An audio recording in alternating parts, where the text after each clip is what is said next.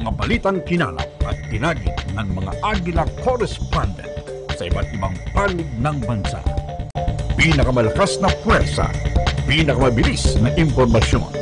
Dahil sa bawat bayan, may Agila. Buenos tardes sa mga Chavacano, na imbag nga malem sa mga Ilocano, marhay na hapon sa Indogabos sa mga Bicolano, at maradyaw na hapon sa iyo tanan para sa mga Surigao-non. Kempia de labong sa mga taga-Subanen, napya nga algaw sa mga Itawis, yutungo karaw sa mga Tipoli, timegan sa mga Tiruray at maupay nga kulop sa mga Waray. Manami nga hapon sa mga taga-Iloilo at Antique, mapya malulem sa mga taga-Maguindanao at Cotabato.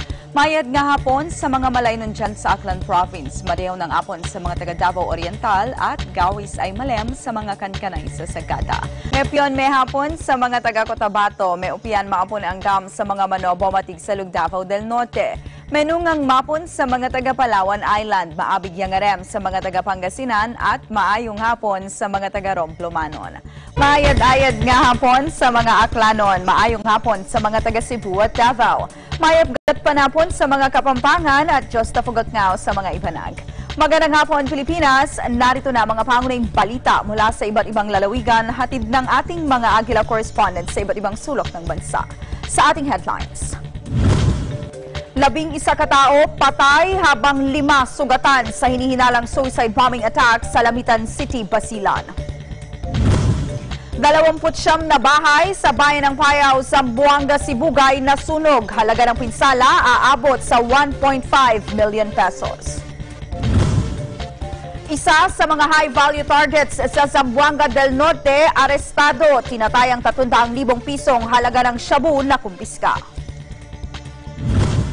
At cooking contest, tampok sa selebrasyon ng Nutrition Month sa Datupiang, Maguindanao. Dahil sa gumaganda na umanong kalidad ng tubig sa Anda, 200 operator ng fish pens at fish cages sa Pangasinan, pinayagan na muling makapag-operate. Isinagawang Bangsamoro Consultative Assembly sa Maguindanao, pinangunahan ng MILF Assembly ginawa sa loob ng Camp Darapanan. At mga guro sa 10 pilot sites ng Global Filipino Schools Program sa ARMM sasanayin sa pagtuturo gamit ang internet.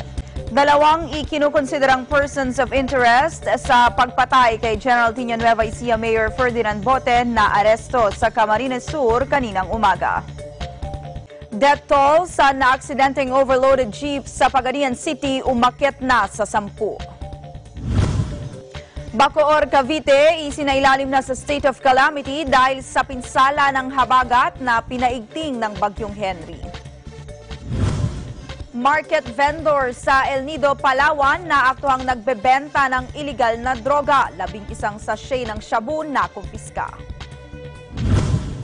At Pulis Ko Teacher Ko Mobile Learning Library inilunsad sa Urdaneta City.